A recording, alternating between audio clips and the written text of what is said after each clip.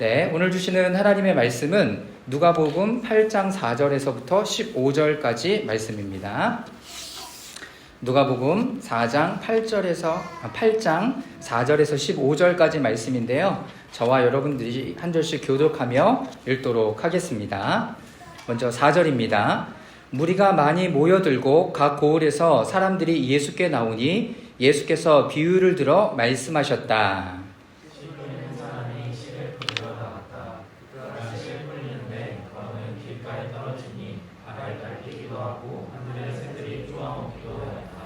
또 더러는 돌짝밭에 떨어지니 싹이 돋아났다가 물이 없어서 말라버렸다.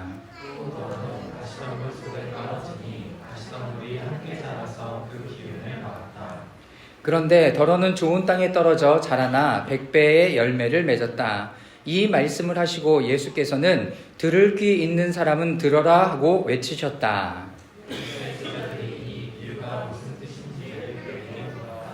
예수께서 대답하셨다. 너희에게는 하나님의 나라의 비밀을 아는 것을 허락해 주셨다. 그러나 다른 사람들에게는 비유로 말하였으니 그것은 그들이 보아도 보지 못하고 들어도 깨닫지 못하게 하려는 것이다. 그 비유의 뜻은 이러하다. 신은 하나님의 말씀이다. 길가에 떨어진 것은 말씀을 듣기는 들었으나 그 뒤에 악마가 와서 그들의 마음에서 말씀을 빼앗아가므로 믿지 못하고 구원을 받지 못하게 되는 사람들이다. 돌짝밭에 떨어진 것들은 들을 때에는 그 말씀을 기쁘게 받아들이지만 뿌리가 없으므로 잠시 동안 있다가 시련의 때가 오면 떨어져 나가는 사람들이다.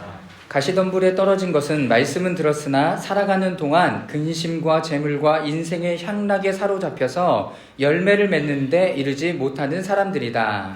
그리고 좋은 땅에 떨어진 것들은 바르고 착한 마음으로 말씀을 듣고서 그것을 굳게 간직하여 견디는 가운데 열매를 맺는 사람들이다. 아멘.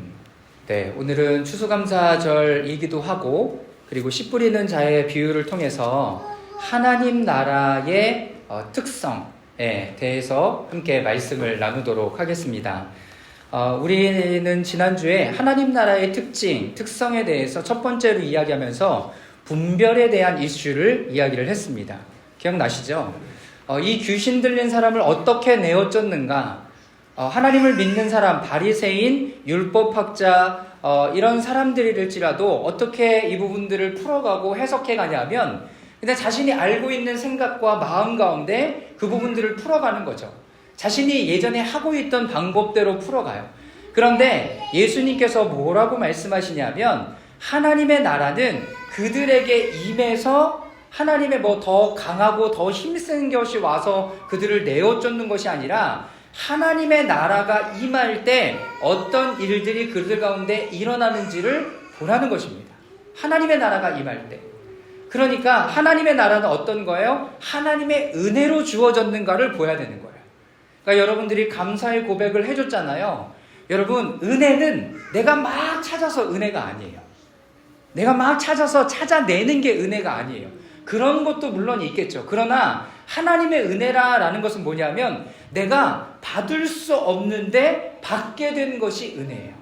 내가 받을 수 있는 사람인가? 내가 받아도 되는 사람인가? 그런데 나에게 그것이 주어졌다면 여러분 그것이 바로 은혜예요. 그런데 내가 열심히 일해서 얻었다면 이거는 뭐에 대한 대가예요?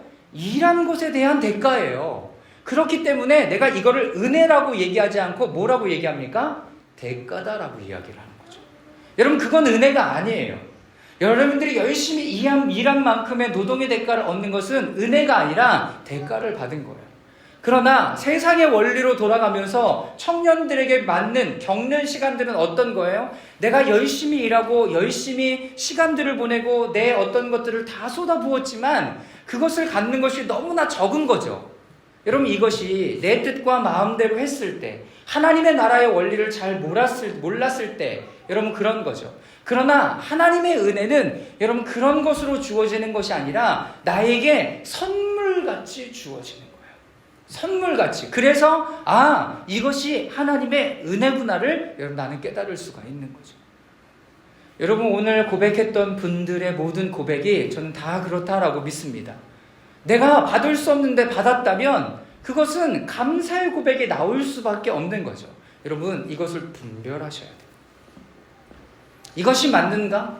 이것이 하나님의 나라가 지금 임한 것인가?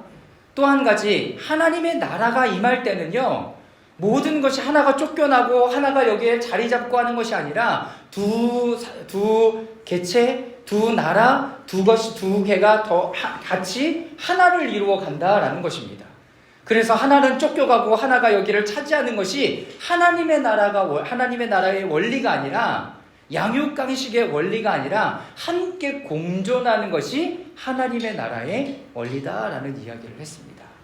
사랑하는 여러분, 여러분들은 그러므로 여러분들의 삶을 살아갈 때 이것이 하나님의 은혜로 주어진 건가? 그런 분별, 지금 내가 함께 이 여정을 가고 있나? 이런 분별, 여러분, 이런 부분들을 여러분들 가운데 받아들이고 또 살펴보고, 또 재정을 사용하는 것이나 누구를 만나는 것이나 어떤 일을 할 때 그냥 주어졌으니까 하는 게 아니에요.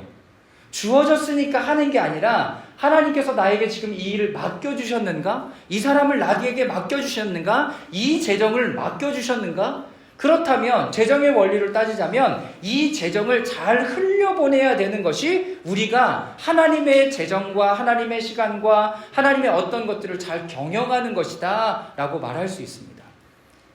자신의 삶을 잘 경영해야 되겠죠. 그래야 하나님께서 성경의 비유로 말씀하셨던 것처럼 더 많은 달란트를 우리에게 주셨을 때 그것을 경영할 수 있게 되고, 더 많은 고의를 우리 가운데 주셨을 때 잘 다스릴 수 있는 힘이 우리 가운데 주어지겠죠.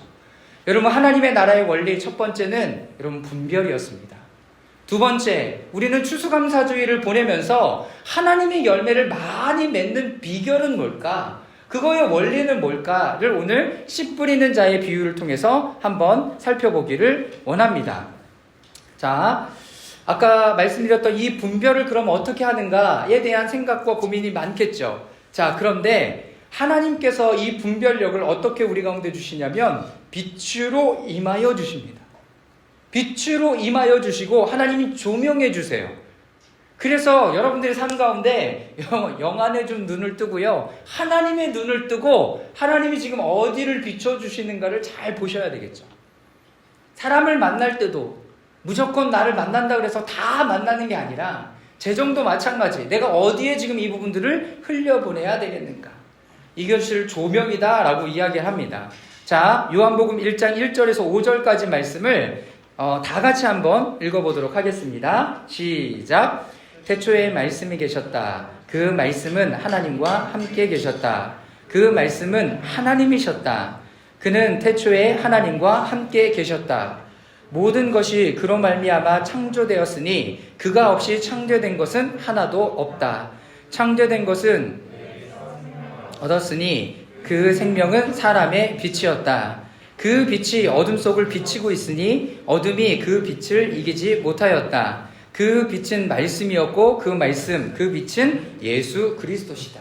네, 5절까지 말씀을 보면 그 빛은 누구예요? 하나님의 말씀이었고 그 말씀은 예수 그리스도셨다라는 이야기를 하고 있습니다. 이 말씀 굉장히 중요해요. 이것은 다음 주에 좀 더 구체적으로 얘기할 거예요. 다음 주부터 무슨 절기가 들어가냐면 대강절, 크리스마스를 준비하면서 예수님을 맞아들이는 절기를 갖습니다. 제가 좀 여담을 하자면 작년에 신세계에서 화려한 조명쇼를 하면서 뭐라고 이렇게 슬로건을 해놨냐면 매직컬, 마술과 같은 헐리데이래요. 마술과 같은. 그런데 오늘은 뭐냐면 마술과 판타스틱, 이게 겹쳐졌어. 여러분, 홀리데이는 뭐냐면 안식을 갖는 시간이에요. 근데 전 세계적으로 그거의 내용은 빠지고 뭐만 남은 줄 아십니까? 껍데기만 남았어요. 왜 미국에서 땡스기빙 이렇게 휴가를 일주일 보름씩 주는지 아십니까? 감사의 고백을 하면서 가족들과 시간을 보내라는 거예요. 시간을 보내요. 그리고 크리스마스도 마찬가지고 그 크리스마스 일주일의 시간, 보름의 시간을 주면서 가족들과 친근하고 감사의 고백을 하고 가족들 패밀리 타임을 가지라고 시간을 주는데, 여러분 나홀로 집에 봤죠? 가족들이 엄청 많아요. 근데 그 가족들이 모여서 다 같이 여행 가는, 여러분 그런 모습을 보여주면서 가족들과 함께 시간을 보내라 그러는데 뭐가 빠졌어요? 그 본래적인 의미들은 빠져버린 거죠. 사랑하는 여러분, 저는 여러분들에게 강력하게 말씀드리고 싶은 건 여러분 안에 본질을 다시 회복하는 은혜가 있기를 주님의 이름으로 축원합니다. 여러분 성탄 트리를 그냥 만들어 놓고 야 이렇게 박수치고 끝나는 게 아니라 이것이 뭘 의미하는지 알아야 된다라는 거예요. 거기서 사진 한 카트 찍고 오면 내가 뭐 인싸가 되는 건가요? 제가 제일 먼저 그것을 사진을 찍어서 올리면 내가 인싸가 되는 거예요? 그게 아니라 그것의 본래적인 의미를 다 잊어버리고 마법과 같은 홀리데이를, 그래 마법과 같이 해서 뭐 나에게 마법이 임했으면 좋겠어요? 여러분 그건 마법이에요. 그런데 요한복음 1장 1절부터 5절까지 말씀하는 것도 뭡니까? 그 말씀이 누구인지, 그 빛이 누구인지 여러분 분명하게 이야기를 하고 있잖아요. 이 홀리데이가 어떤 의미로 우리 가운데 주어졌는지, 크리스마스가 우리에게 어떤 것으로 주어졌는지 여러분 다음 주에 더 구체적으로 이야기를 나누겠습니다. 그러면서 우리가 분별할 수 있는 힘은 하나님의 말씀이에요. 빛이 우리 가운데 임해 주셔야 돼요. 또 예수 그리스도의 삶이 우리 가운데 부어져야 되는 거예요. 여러분 그래야 분별할 수 있습니다. 당연히 분별 안 되죠. 당연히 그게 잘 이해가 안 되죠. 여러분 그거 당연한 거예요. 그런데 빛이 임하고 예수 그리스도의 말씀이 우리 가운데 들어오고 그분의 삶을 내가 따라 살아갈 때 여러분 그것이 분별되고 알아지는 거죠. 하나님의 은혜구나. 여러분 이것이 알아지는 거예요. 자, 그러면 하나님 나라의 두 번째 특징은 뭐냐면 오늘 4절부터 8절까지 말씀을 다 같이 한번 읽어보도록 하겠습니다. 시작. 무리가 많이 모여들고 각 고을에서 사람들이 예수께 나온 비유를 들어 말씀하셨다. 씨 뿌리는 사람이 씨를 뿌리러 나아갔다. 그가 씨를 뿌리는데 덜어는 길가에 떨어지니 발에 밟히기도 하고 하늘의 새들이 쪼아먹기도 하였다. 또 덜어는 돌짝밭에 떨어지니 싹이 돋아나 물이 없어서 말라버렸다. 또 덜어는 가시덤불 속에 떨어지니 가시덤불이 함께 자라서 그 기운을 막았다. 그런데 덜어 좋은 땅에 떨어져 자라나 100배의 열매를 맺었다. 이 말씀을 하시고 예수께서는 들을 귀가 있는 사람은 들어라 하고 외치셨다. 저는요 이 부분들을 작년에도 설교하고 매년 이렇게 왜 설교를 하게 되는지 모르겠어요. 그런데 이렇게 설교를 하면서 그리고 요번에 1대1을 하면서 제 마음 가운데 깊게 새겨진 한 가지는 뭐냐면 이것이 사람의 일생이구나. 예수 그리스도를 말씀을 듣는 사람의 일생이구나 하는 것이 깨달아졌어요. 저는 이 비유에 대해서 너무 깜짝 놀랐어요. 대부분의 설교를 어떻게 하냐면 우리 마음이 길가밭이야. 우리 마음이 돌짝밭이야. 우리 마음이 이렇게 가시덤불밭이야. 그래서 우리의 이런 것들을 다 우리가 걸러내고 해야 내가 좋은 밭을 만들어야 좋은 열매를 맺는다라고 생각하고 이야기를 하는 거죠. 그런데 여러분 말씀을 잘 살펴보면 그렇지 않아요. 자, 다시 한번 보세요. 5절 말씀을 보면 씨 뿌리는 사람이 씨를 뿌리러 나아갔다. 여러분 이 당시에는 어떤 사회냐면 농경사회예요. 그런데 씨를 어떻게 뿌리냐면 어떤 밭인지를 살펴보지 않고 농부가 해야 되는 거 뭐냐면 주머니에다 이만한 주머니에다 씨를 가득 담아놓고요. 손으로 콱 쥐어서 확 흩어뿌려요. 그러면 여기에 말씀에 나와 있는 것처럼 덜어는 길가에 떨어지기도 하고 덜어는 돌짝에 떨어지기도 하고 덜어는 가시밭에 있는 것들이 떨어지기도 해요. 자, 그런데 첫 번째 5절 말씀에 보면 덜어는 길가에 떨어지니 발에 밟히기도 해요. 하나님의 말씀이 길가에 떨어지니까 여러분들도 지금 전도해 보면 알겠죠? 여기 바로 이제 앞에 나가서 예수님 믿으세요 라고 얘기하면 어디 뿌리는 거예요? 그 말을 길가에 뿌리고 있죠. 그런데 그 말씀을 듣는 사람이 듣기는 들어도 그냥 막 지나가 반응하지 않는 거죠. 하나님의 말씀이 길가에 떨어져서 밟히는 거죠. 저 요즘에 지하철 많이 타고 다닙니다. 그런데 어느 날 퇴근하고 집에 가는 길에 이렇게 왕십역에서 어떤 한 분이 정말 젠틀한 분이 딱 와서 이거를 딱 이렇게 잡는 거예요. 이분 전도하려고 그러나 보다. 그러면서 자기소개를 정말 멋들어지게 하더라고요. 저는 대한예수교, 이렇게 장로교 통합 측에 있는 어떤 교회에 다니는 누구누구 집사입니다. 되게 멋진 사람이 젊어요. 그런데 딱 얘기하더니 뭐라 그러냐면 저는 여러분들에게 한마디를 드리겠습니다. 여러분 예수님 믿으십시오. 이 얘기를 하는 거예요. 그런데 제 마음에는 와 멋진데? 이런 마음이 들기 시작하는 거예요. 그런데 그 안에 있던 대부분의 사람들은 어떤 사람이냐면 이 말씀이 그냥 길가에 떨어지는 것 같은 느낌을 받는 거죠. 저는 성결대학교를 나왔어요. 학교 친구들이 하도 지하철을 타고 다니니까 팀을 만들었어. 우리가 학교에 오거나 그리고 집에 갈 때 전도를 하자. 그래서 4명씩, 5명씩 팀을 짜서 했어요. 근데 제가 부사학번이에요. 그러면 어떤 때가 딱 껴있냐면 IMF 때가 딱 떠있었죠. IMF 때가 딱 껴있으니까 전도를 하면 사람들이 딱 2가지 반응이에요. 하나는 받아들여요. 그래 잘하는구나. 학생들인가 보다. 이렇게 성결대학교 앞이니까. 그런데 어떤 사람들은 이 마음을 이것들을 받고 굉장히 이렇게 되게 고민하는 시간들을 갖는 게 눈에 보여요. 왜냐하면 그때가 IMF 때잖아요. 어느 누구라도 다 힘든 때. 어느 누구라도 다 힘든 때. 더 구체적으로 말씀드리겠지만 우리의 말씀이 하나님의 말씀이 우리 가운데 떨어질 때는요. 여러분들이 예수님에 대한 인지가 있지 않으면 어떻게 길가에 떨어지는 거예요. 어떤 일이 벌어져요? 여러분 밟히기도 하고요. 새들이 와서 쪼아먹기도 해요. 아무런 일도 일어나지 않고 아무것도 못하는 그런 상황 가운데 우리가 주어지는 거죠. 2번째는 돌짝밭에 떨어진대요. 돌짝밭에 떨어지는 것은 뭐냐면 돌 밑에 그늘이 생기잖아요. 거기에 습기가 있는 거예요. 2번째는 뭐예요? 뿌리를 살짝 내리는 거죠. 중요한 건 뭐예요? 깊게 내리지 못했기 때문에 어떤 일이 벌어져요? 싹이 돋아났다가 물기가 없어서 말라버려요.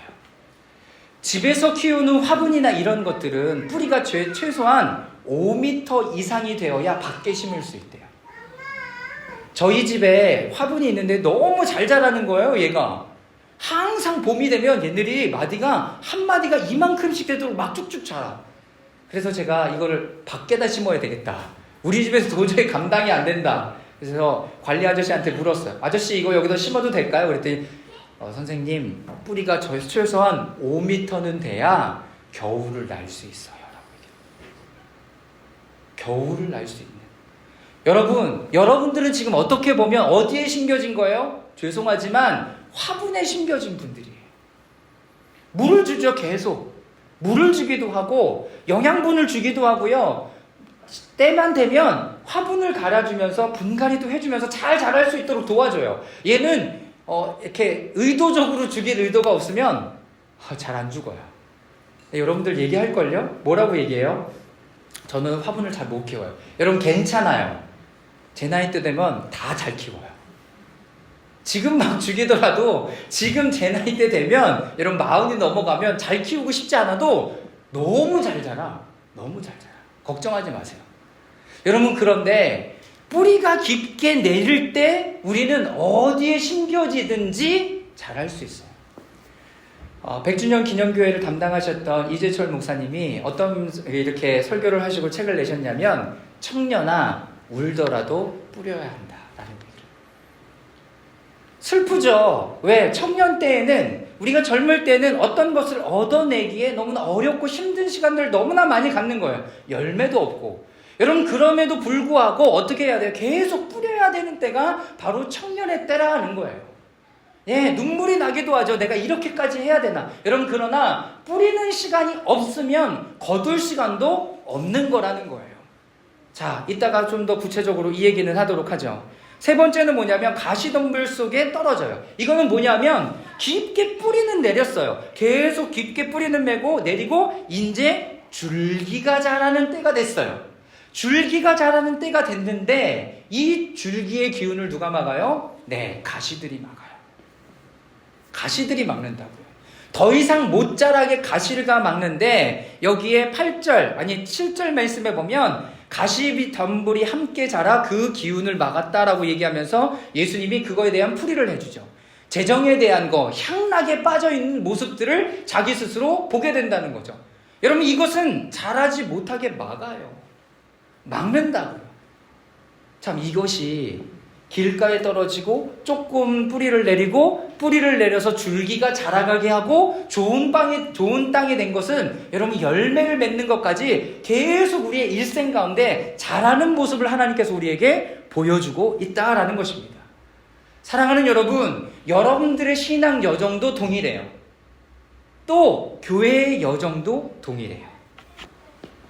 그러니 어떤 교회가 든든히 세워가냐면 기초부터 잘 해나간 교회가 든든히 세워가리라고 저는 성경의 원리가 이것이 맞다라고 믿습니다. 한번 개척했는데 몇백 명이 함께 모였어? 여러분, 그거 이상한 거 아닐까요? 당연히 이상해야죠. 그러면 우리가 가야 되는 건 뭐냐면 이 성경의 원리대로 아이를 낳는 과정도 중요한 그런 동일한 여러분 원리가 아닌가요?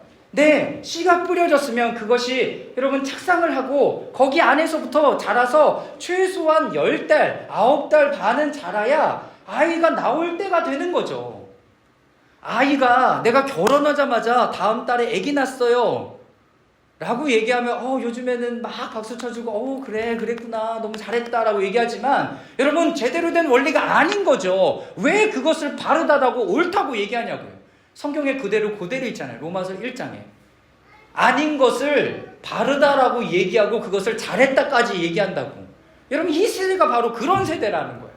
사랑하는 여러분, 성경의 원리는 여러분 이 땅에 농부가 씨를 뿌려서 자라게 하는 원리와 엄마들이 아이를 자라는 뱃속에 키워가는 여정과 태어난 아기가 걸음마도 하지 못하지만 그 3,000번 이상을 엉덩방아를 찢고 바람바디를 뛸 때 박수치며 응원해주고 잘했다라고 얘기해주고 이 아이가 뛰고 그 다음에 점점 자라는 것을 기뻐하는 것처럼 교회의 모습이나 여러분들의 영적 성장의 모습이나 여러분 같은 부분을 우리 가운데 보여주고 있다라는 거예요.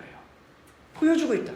그러니까 내가 왜 지금 교회 1년 다녔는데 열매가 없습니까? 왜 내 문제가 해결되지 않았습니까? 라고 묻는다면 뭐예요? 애기 태어났는데 막 뛰라고 얘기하는 것과 똑같은 거죠. 성경의 원리는 그렇지 않습니다. 성경의 원리는 사람들이 자라나는 것과 여러분 굉장히 비슷하고 어떻게 보면 똑같다까지 이야기할 수 있습니다.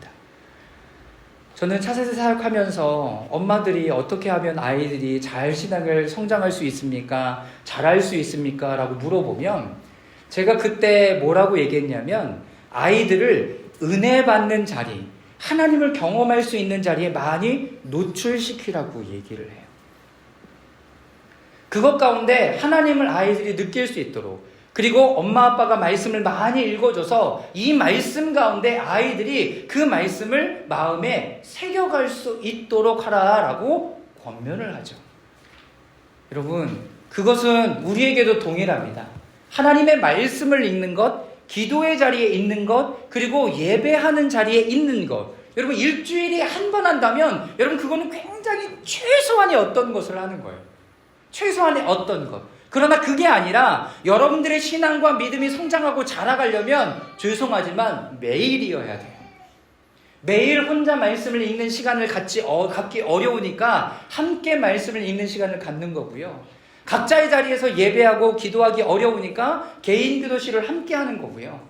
여러분, 그런 시간들을 함께 가져가면서 우리가 날마다 주님 안에 성장하고 자라도록. 여기 엄마들이 있지만 아이들에게 젖을 한번 안 준다라고 생각해 보세요. 저희 집에 물고기 한 마리를 가져왔어요. 이름은 배수예요. 근데 얘가요 굉장히 까탈스러운 놈이에요. 굉장히. 그래서요 지가 먹기 싫으면 안 먹어요. 그래서 나는 어떻게 하는 줄 아세요? 안 줘요. 그러면 아침에 일어나면 얘가 한 하루를 꼬박 굶으면 아침에 일어나면 굉장히 열심히 막 돌아다녀요. 나 배고프다는 거지. 그래서 내가 이렇게 뭘 주려고 하면 막 위로 올라와서 입을 뻐끔뻐끔거리고 난리야. 그때 세네알경이 딱 주면 그때 확 먹고 또 어디 가는 줄 아세요? 그늘 밑으로 가서 자. 이제 알지. 매일 안 줘요. 매일 안 줘요. 배고픔. 사랑하는 여러분, 우리의 신앙 여정은 여러분 우리가 자라가는 여정과 똑같습니다. 오늘 좋은 밭의 비유가 그것을 우리에게 말하고 있습니다. 자, 두 번째, 이 밭 그리고 이 땅, 마음에 바친 이곳은 우리의 신앙 여정과 동일합니다. 자, 그러면서 누가복음 8장 말씀을 먼저 볼까요? 자, 누가복음 8장 12절 말씀이에요. 자, 구체적으로 이 밭이 어떤 밭인가를 이야기를 하는 겁니다. 자, 8장 12절 말씀 다 같이 읽겠습니다. 시작.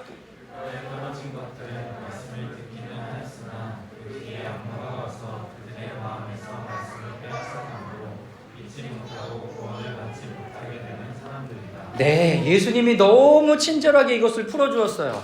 자, 첫 번째, 이 씨는 뭐냐면 하나님의 말씀이래요. 이 하나님의 말씀. 두 번째, 밭은 땅이에요. 여러분들의 마음밭을 이야기를 하는 거죠.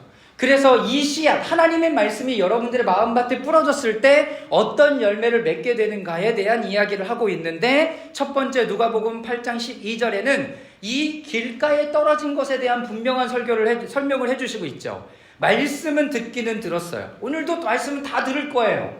말씀은 다 들을 거예요. 그러나 어떻게 돼요? 그 뒤에 누가 왔대요?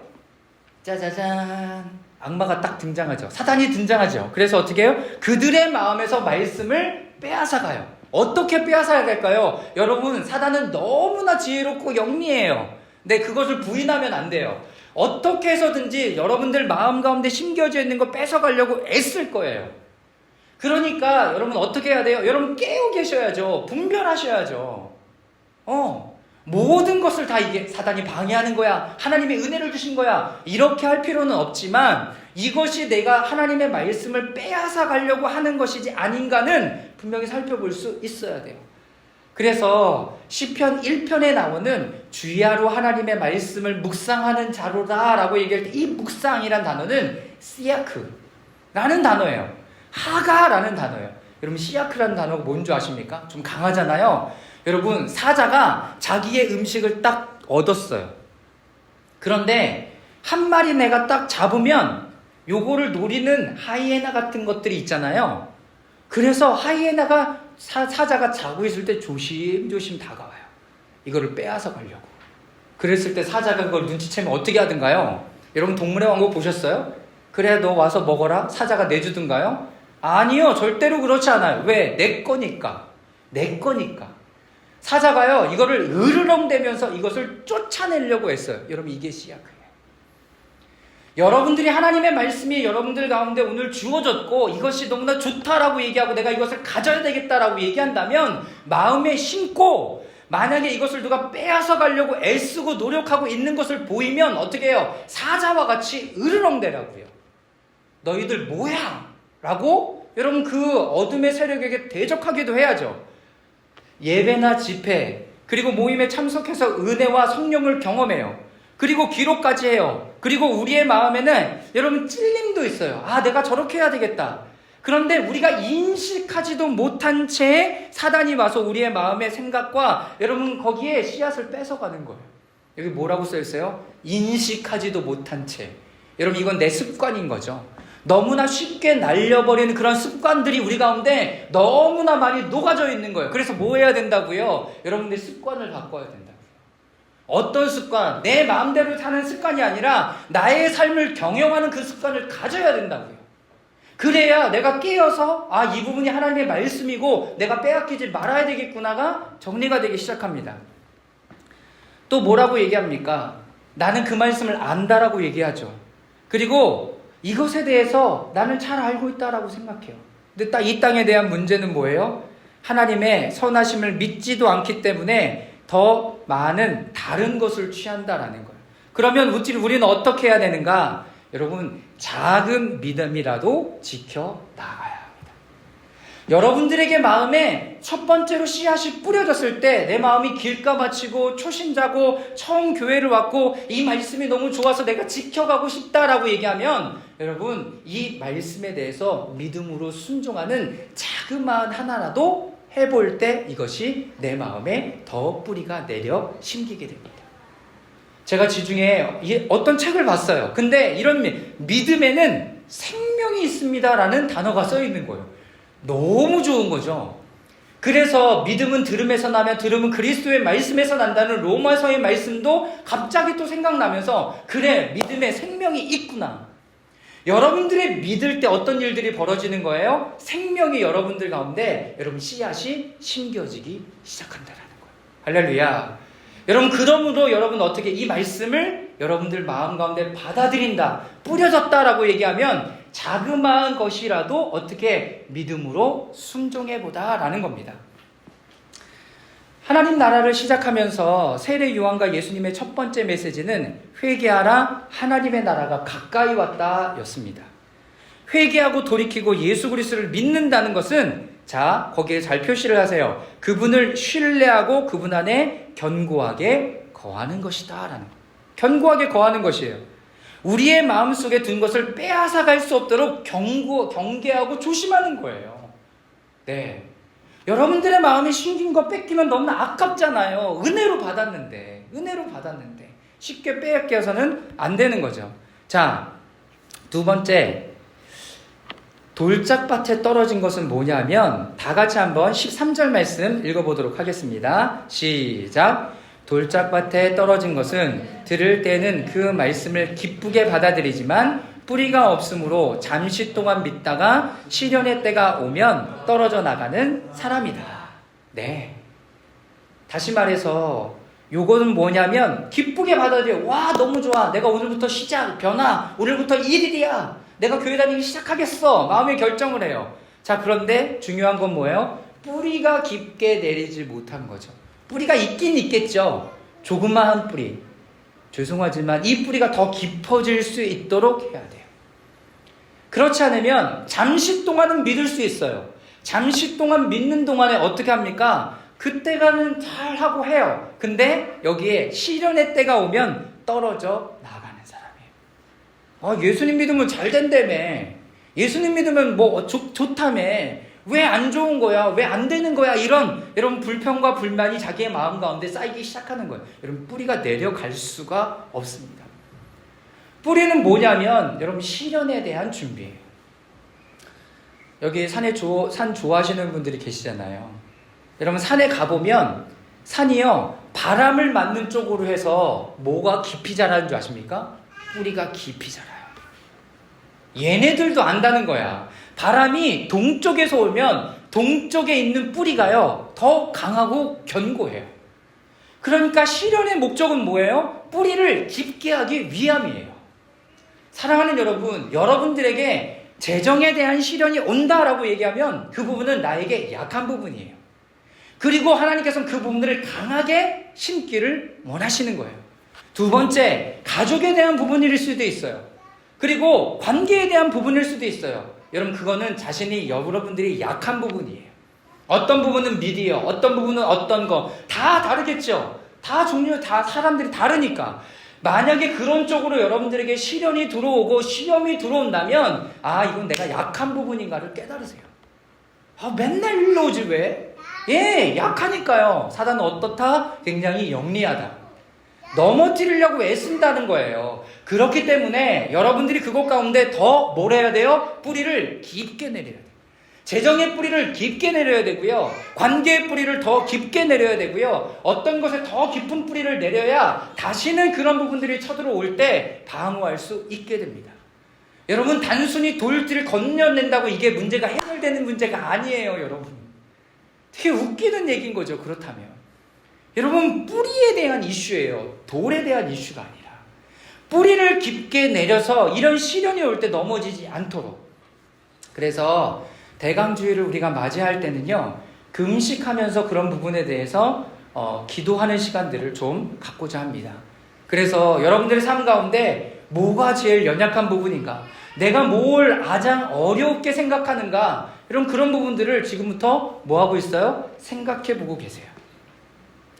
자, 마지막 14절 말씀 다 같이 한번 읽겠습니다. 시작. 가시덤불에 떨어진 것은 말씀을 들었으나 살아가는 동안 근심과 재물과 인생의 향락에 사로잡혀서 열매를 맺는 데까지 이르지 못하는 사람이다. 여러분, 나무를 심은 목적은 뭐예요? 나무를 심은 목적, 그늘을 갖는 것이라도 하려면 이파리가 풍성해야 되겠죠. 나무를 집에 희한한 나무를 가져 놓는 이유는 뭐예요? 보고 관상하려고 하는 거죠.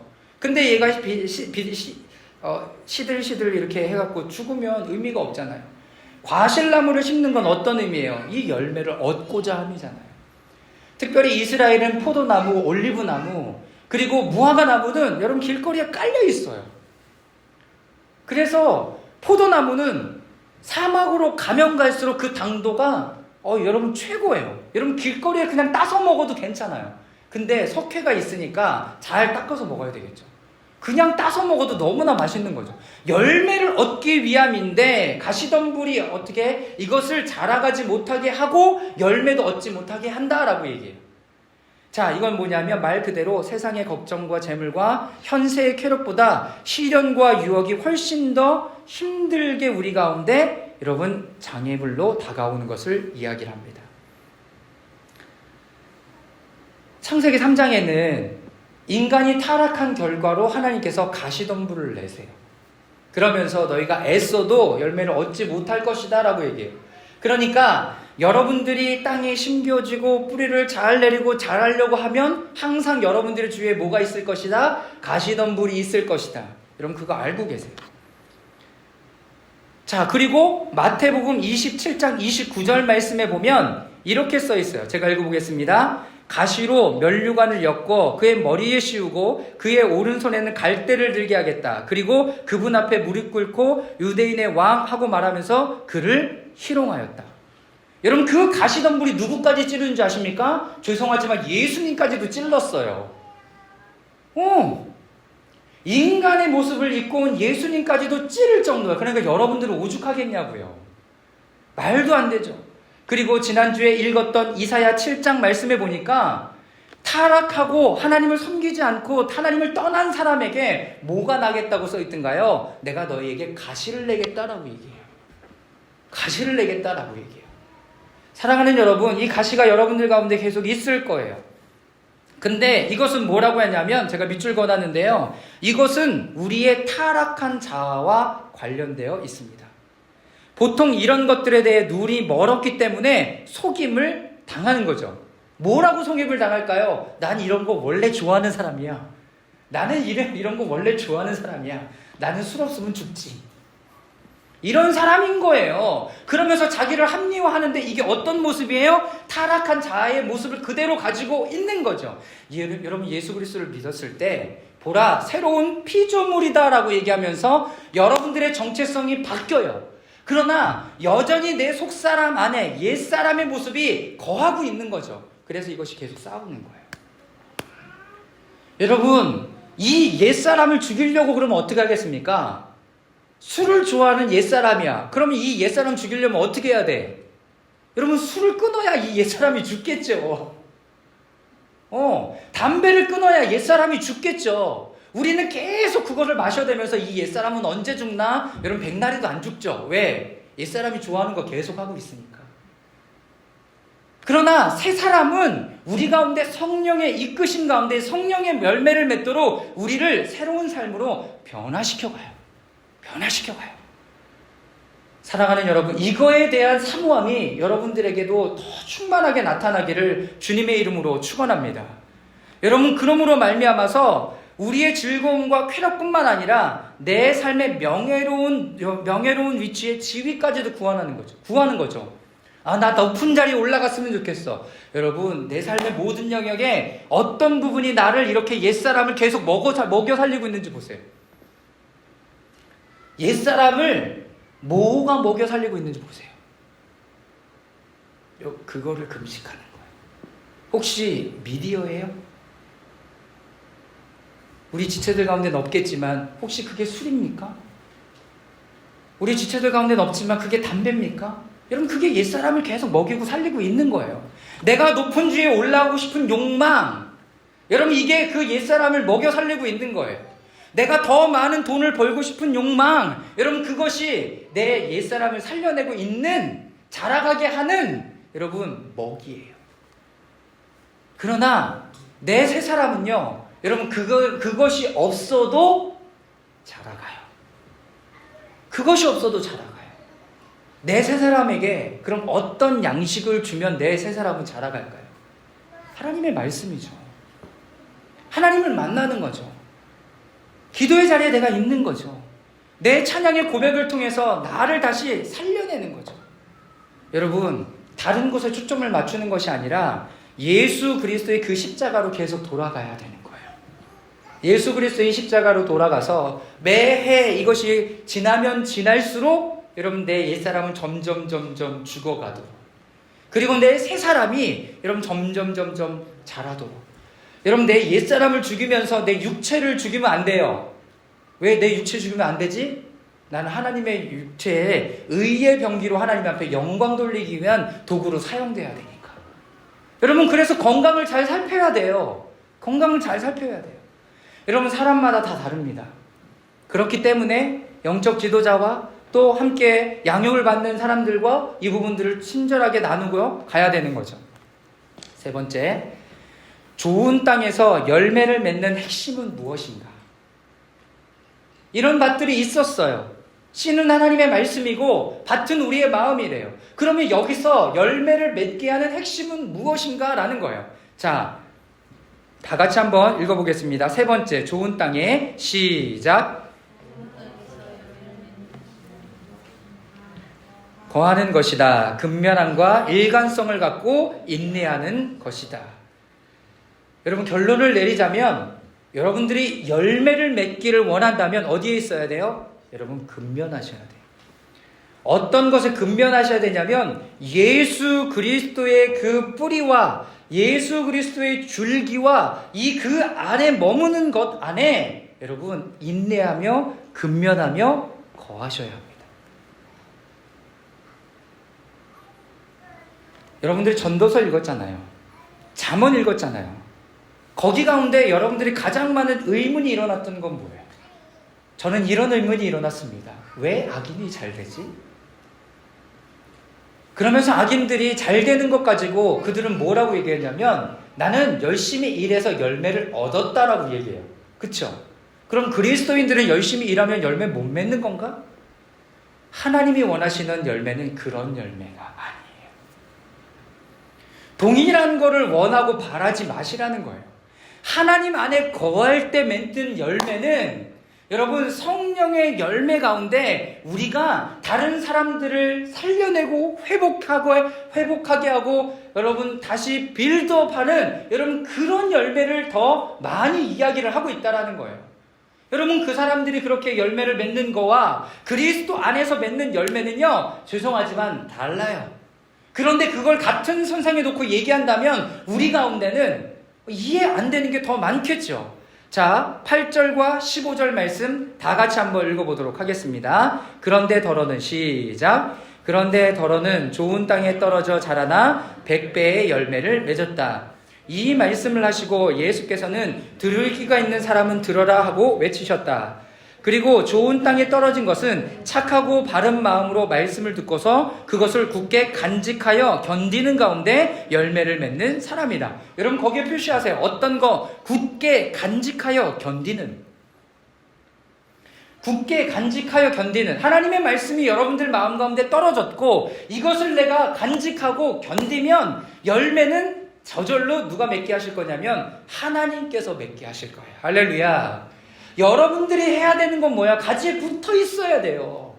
가지에 붙어 있는 게 내가 해야 되는 일이에요. 가지에 붙어 있음으로 영양분을 받아들이는 것이 내가 해야 되는 유일한 일이에요. 열매 맺는 건 누가 해요? 하나님께서 하실 거예요. 제가 해야 되는 건 뭐냐면 제가 계속 하나님과 붙어 있으면서 하나님의 마음으로 여러분들을 잘 양육하는 게 제가 해야 되는 일이에요. 그 다음에 열매를 맺게 하는 것은 누가 하는 거예요? 하나님이 하시는 거예요. 하나님이 하게 하시는 거예요. 여러분, 이거의 관계를 잊어버리고 잃어버리면 우리는 내가 하려고 애쓸 거예요.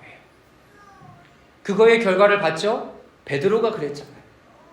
수고했지만 열매가 없어요. 수고했지만. 자, 요한복음 15장 1절부터 8절까지 말씀을 보겠습니다. 저와 여러분들이 한 절씩 교독할게요. 1절입니다. 나는 참 포도나무요 내 아버지는 농부이시다.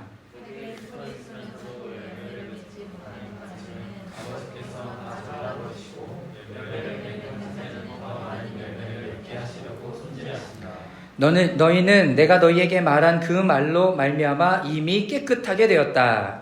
내 안에 머물러 있으라. 그리하면 나도 너희 안에 머물러 있겠다. 가지가 포도나무에 붙어 있지 아니하면 스스로 열매를 맺을 수 없는 것 같이 너희도 내 안에 머물러 있지 아니하면 열매를 맺을 수 없다. 나는 포도나무여 너희는 가지다. 사람이 내 안에 머물러 있고 내가 그 안에 머물러 있으면 그는 많은 열매를 맺는다. 너희는 나를 떠나서는 아무것도 할 수 없다. 사람이 내 안에 머물러 있지 아니하면 그는 쓸모없는 가지처럼 열매를 받아서 말라버린다. 사람들이 그것을 모아다가 물에 던져서 태워버린다. 너희가 내 안에 머물러 있고 내 말이 너희 안에 머물러 있으면 너희가 무엇이든지 그대로 다 이루어질 것이다. 너희가 열매를 많이 맺어서 내 제자가 되면 그것으로 내 아버지께서 영광을 받으실 것이다. 오늘 본문 가운데 거한다, 간직하여 견디는 가운데 열매를 맺는다라고 이야기하잖아요. 요한복음 15장의 원리는 뭐예요? 머물러 있으라라고 이야기를 해요. 사랑하는 여러분, 그리스도, 참 포도나무이신 예수 그리스도 안에 머물러 있는 은혜가 여러분 모두에게 있기를 주님의 이름으로 축원합니다. 여러분 계속 거기에 붙어 있으려고 애쓰시면 돼요. 여러분들이 해야 되는 애씀과 수고는 거기에 머물러 있어야 되겠다라는 여러분 이거 하나예요. 그러면 저절로 열매를 맺게 될 거예요. 그런데 세상과 같은 열매가 아니라 어떤 열매라고요? 하나님께서 맺게 하시는 열매를 여러분 맺으면 되는 거죠. 여러분 그게 뭐예요? 은혜예요. 은혜. 그 은혜의 열매를 나에게 하나님이 선물로 주세요. 여러분 그거를 다시 하나님 앞에 올려드리면 되는 거예요.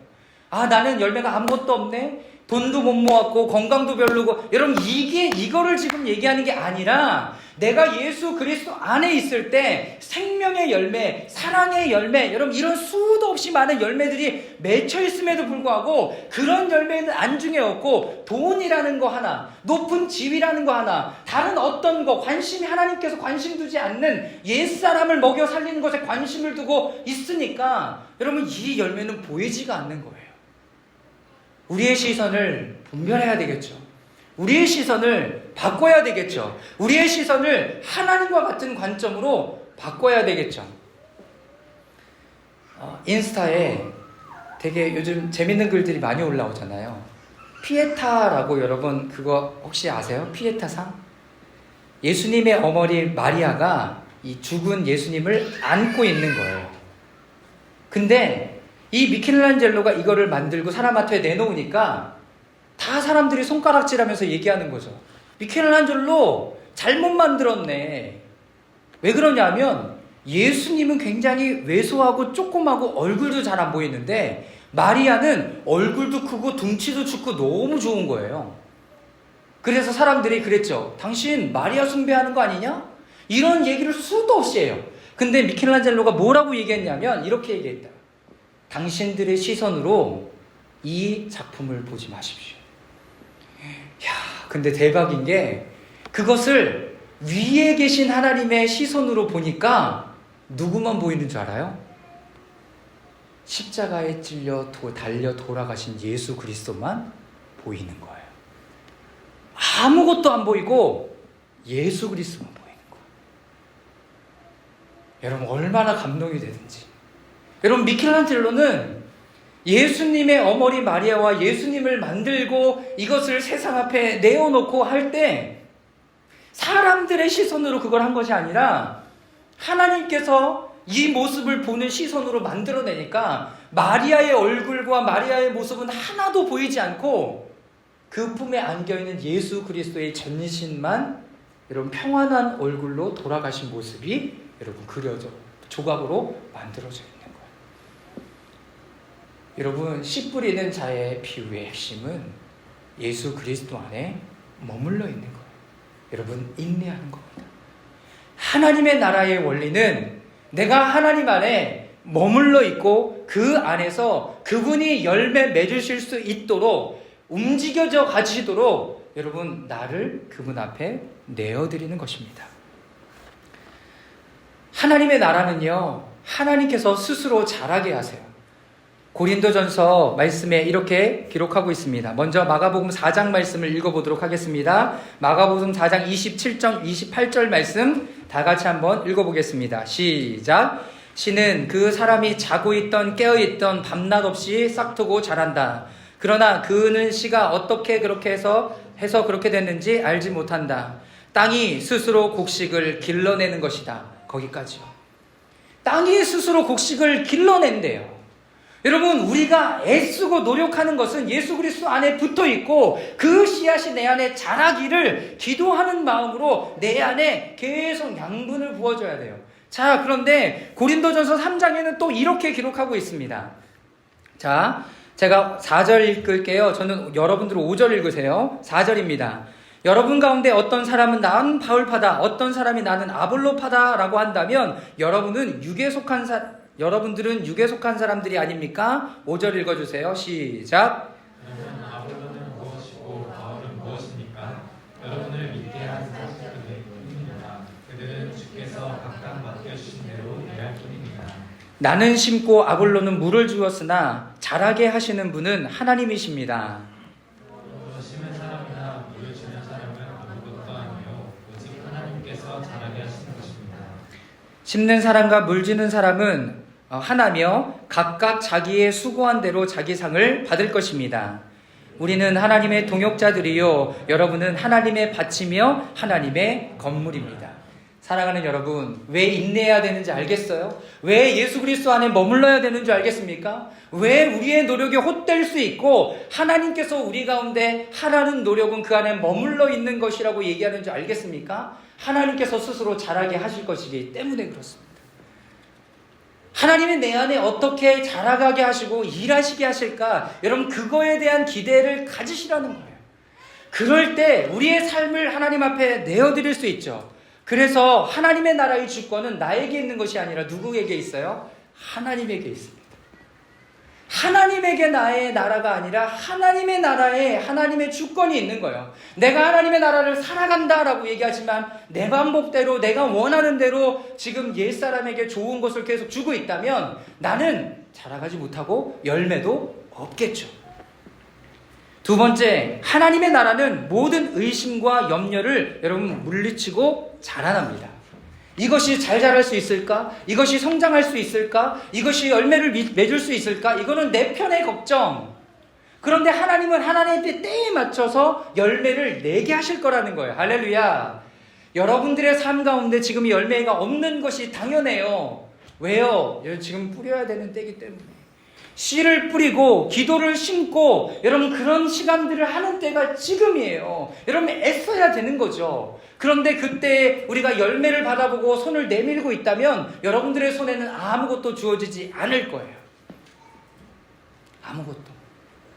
여러분 요즘 중고생들이 그러더라고요. 저는 편하게 일하고 싶습니다.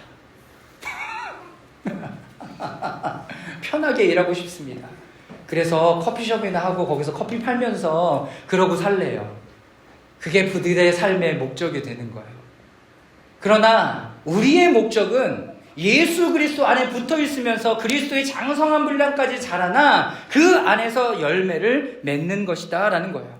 사랑하는 여러분, 우리가 아무것도 노력하는 게 아닌 것이 아닙니다. 땅이 노력하는 게 아니죠. 그래서 하나님 땅이신 주님께서 스스로 자라게 하실 거예요. 아무렇게나 살아도 되는 게 아니에요. 맡겨진 자리에서 맡겨진 일에 최선을 다하면서 그분이 나를 변화시켜 가시도록 나를 내어드려야 되는 거죠. 수시로 상황의 심판관이 되는 게 아니라요. 농부의 자리라면, 내가 농부의 자리라면 최선을 다해서 뭐를 해야 돼요? 여러분, 씨를 뿌려야 돼요. 땅이라면 기력을 다해서 내줘야 돼요. 씨앗이라면 뭘 가져야 돼요? 생명을 갖고 30배, 60배, 100배의 생명을 내어야 합니다. 여러분, 주님은 우리를 결과 하나만으로 평가하시는 분이 아니다라는 것을 잊지 마십시오. doing이 아니라 여러분들의 존재가 하나님 앞에 더 중요한 거예요. 우리가 오늘 이렇게 열매를 하나님 앞에 드렸어요. 여러분, 이것뿐만 아니라 여러분들의 마음의 고백까지도 하나님 앞에 드렸어요. 그리고 이것을 오늘 봉헌하는 시간에 감사의 헌금과 감사의 내용을 함께 하나님 앞에 봉헌하고 이것을 저희가 철로 모아둘 거예요. 그래야 의미가 있겠죠. 그리고 또 언젠가 다시 살펴보고 이러한 은혜가 우리에게 있었구나를 기억하고, 그때를 기억하는 것도 좋지만 오늘 주신 그 하나님의 은혜와 또 열매를 맺게 하신 그 하나님 앞에 나를 매 순간순간 내어드리면서 우리가 하이라이트 해야 되는 것은 무엇이에요? 그리스도 안에 머물러 있는 삶에 대한 이야기를 해야 되는 거죠. 사랑하는 여러분, 하나님께서 스스로 열매를 맺어 가시도록 여러분들이 땅이라면, 농부라면, 씨앗이라면 그 맡겨진 자리 안에 마음을 다하여 드려지는 여러분 되시기를 주님의 이름으로 축원합니다. 그래서 내가 막 전전긍긍하고 애쓰고 노력하는 삶이 아니라 그리스도 안에서 나를 내어드림으로 그분이 나를 사용하시고 열매 맺어 가시도록 나를 끊임없이 내어드리는 여러분 될 수 있기를 바랍니다. 2022년 추수감사절의 분명한 의미는 오늘 그리스도 안에, 포도나무이신 예수 그리스도 안에 머물러 있는 것입니다. 그 안에서 주님께서 열매 맺게 하시는 그것을 다시 하나님 앞에 이렇게 올려드리고 감사의 고백을 고백할 때 하나님이 그 고백을 받으시는 거예요. 기도하겠습니다. 살아계신 하나님, 오늘 저희들이 예수 그리스도 안에 하나 되어 이제는 주님의 떡과 잔을 대하려고 합니다. 하나님, 우리 가운데 임하여 주시기를 기도합니다. 이 떡과 잔을 대할 때 우리 가운데 주의 성령으로 하나님의 임재로 역사해 주셔서 우리가 그리스도와 하나 되는 놀라운 역사가 있게 하여 주시옵소서. 그분의 생각, 그분의 마음, 그분의 모든 것이 우리 안에 힘겨짐으로 말미암아 성육신하신 예수 그리스도와 온전히 하나 되는 놀라운 시간들이 될 수 있도록 은혜를 내려 주시옵소서. 감사와 찬양 올려드리며 예수 그리스도의 이름으로 기도드리옵나이다. 아멘.